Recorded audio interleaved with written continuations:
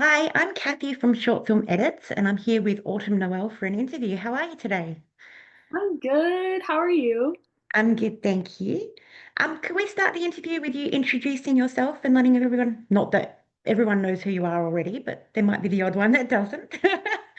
No, there's probably like quite a few people that don't quite know who I am. My name is Autumn, and I've been doing verticals for about 2 years now. I did my first one 2 years ago, and since then I've just been kind of doing them nonstop. Once I did the first one, it was kind of like a domino effect. Like I just got more offers to do them, and at the time, a lot of like features and stuff weren't happening. So I was like, why not? And now, like, it's one of the main things that I do as an actor. Like That's I'm good. always on them, You like must back to back. you must enjoy them too. You must enjoy doing them. I do. Like I love the crew. Like to me that's like the most special part is like the crew and the cast and like becoming like a family. Like that's the Yeah. best part for me personally.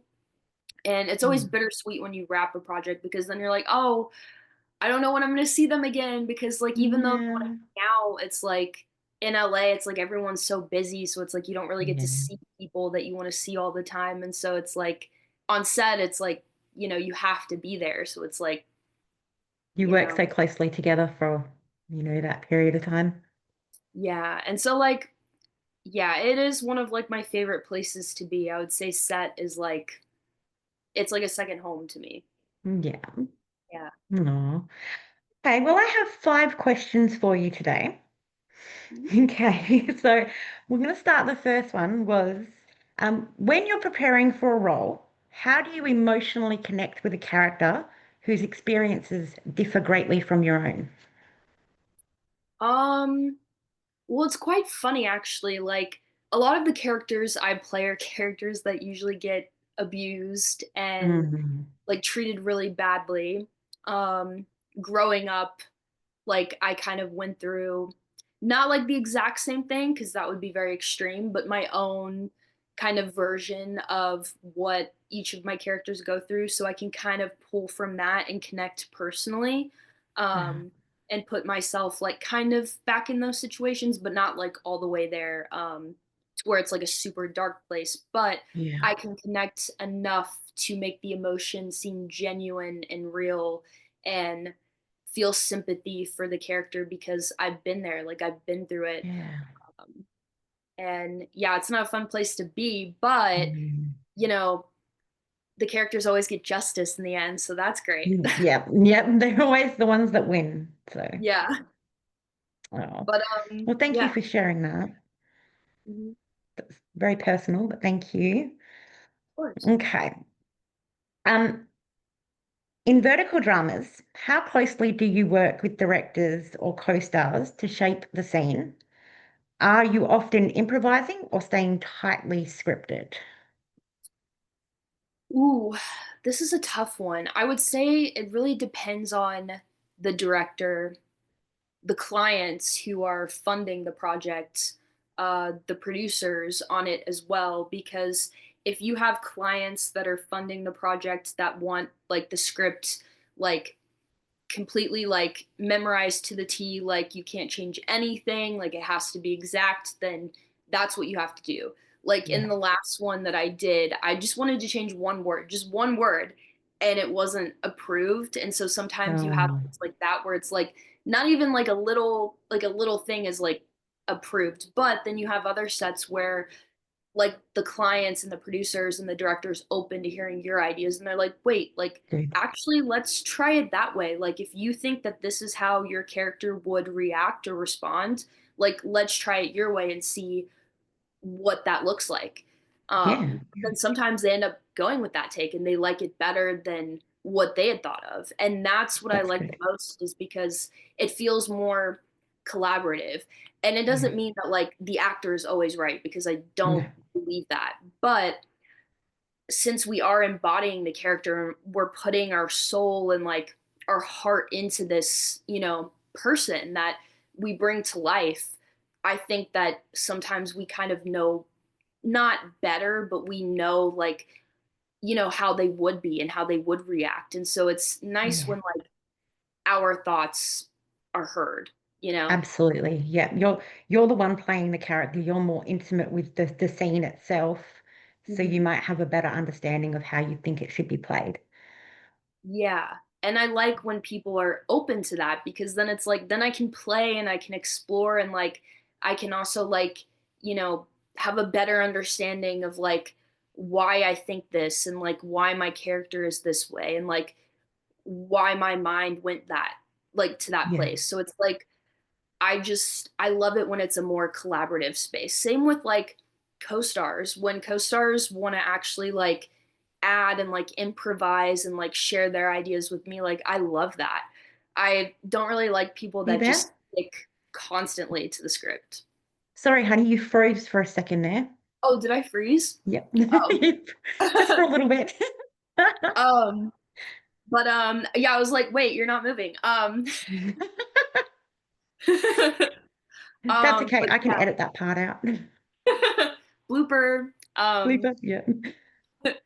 But Mm, yeah, I just love it when yeah, even like your co-stars can just kind of get on board with like improvising and collaborating because it just makes it so much more special because you feel like they're actually like putting in effort into the project and they're caring about the outcome, you know? yeah. Mhm. Which one happens more often in your experience? Um I would say it's definitely like less collaborative, at least in my experience, because I Yeah. was tied to a certain company. I won't name which one, Yeah. Yeah. um, but I was tied to them for a while, and I was kind of put in a place where I wasn't able to make those kind of decisions and I didn't Yeah. have a lot of creative freedom in that sense and I would play like the same roles kind of over and over and I know that like a lot of these characters are very similar and a lot of them are the same but other companies are expanding, they have new genres, like newer things are happening and Yes. I wanted to be a part of that, which is why I had to leave. And I was like, Yeah. like, I love y'all, but like, I just, you know, I want to do more because I know that I can and I want to challenge Mm. myself. And it wouldn't be fair for me to keep myself in that box. So it was more Yes, for me than absolutely. anything else. Like, I can't, you know, not challenge myself and like not do this for me, you know? Yeah. Oh, that Mhm. sounded like the right decision too. So Yeah, I'm very happy right now. So, I'm glad. I'm glad. Okay. How do you stay grounded in such a fast-paced and competitive field? ooh, um, honestly, I keep to myself a lot. Like I have at least like a few like close friends that like I'll go and do things with and then I'll like go to parties and stuff, but for the most part I kind of keep to myself. Like I am usually like working on auditions and if I'm not working on auditions, I'm on set. If I'm Mm. not doing that, like I'm doing vocal lessons or I'm like playing my guitar, like I'm always doing something and it's Yeah. usually like by myself. Um Yeah. so I try to just like, I don't know, not be a hermit, but like keep myself, I don't know, kind of like more composed and not given to like, I don't know, the kind of competitiveness that like you can see and stuff Yeah. like that. Cause if I, I could let it get to me, like if I Yeah. wanted to, but I'm just kind of in a place where I'm like, no, like, cause when you let other people's energy affect you, it can affect you in so many different ways. And so I choose to keep mine kind of close to me. And I'm like, uh, I would rather just kind of like saturate my mind and my day with things that are productive. Absolutely. That's good. That's the best way to be, I think. I mean, like Yeah. you said, it's easy to get stuck in that competitive place as well. Like, you're still trying to get the roles and you're still trying to do that, but you're trying not to step on other people's toes. And yeah, yeah, I get it. Mm. All right. What is the most valuable lesson you've learned from working in the entertainment industry so far? Hmm. Wow. That is a question.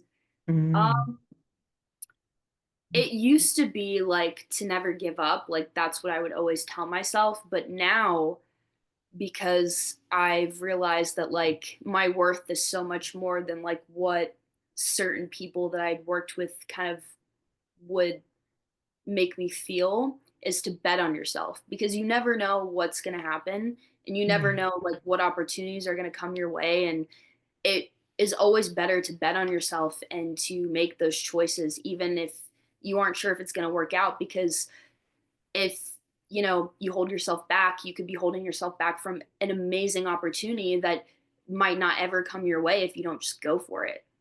Yeah. Yep. Well, that's good advice. Yeah, There's a lot so of I'm people, I mean, me personally, I hold myself back from a lot because I don't have the confidence to go, oh, yep, I'll do that. Or, I'll try. Like the interviews, I didn't do it for a long time because I wasn't confident enough to do it. But then I thought, you know what, I'm going to try it. And now slowly getting the confidence to speak to more people and do more things. So, yeah. Well, and I yeah, feel that too because I was very insecure for a long time. I still am, like, depending on the day, because that never really goes away. yeah, Um, but it's just so much better to like put yourself out there because once you do, like, that's the hardest part. But once you do, it's like you're out there and it feels great, and you're like, oh, maybe this isn't so bad. Like, I could do yeah. this. Is there certain roles that you feel less confident doing? Um, oh yeah. Yeah. The last one I just did, I did it because it was a challenge, but there are some opinions on it because I guess another actress had already done a role similar to this, and I had no knowledge to this before. Okay. But in the beginning of it, I have a disability. The disability wasn't known. Um, at first, they specified it as being something, and then they were like, "Oh wait, just mentally challenged," is what they put it.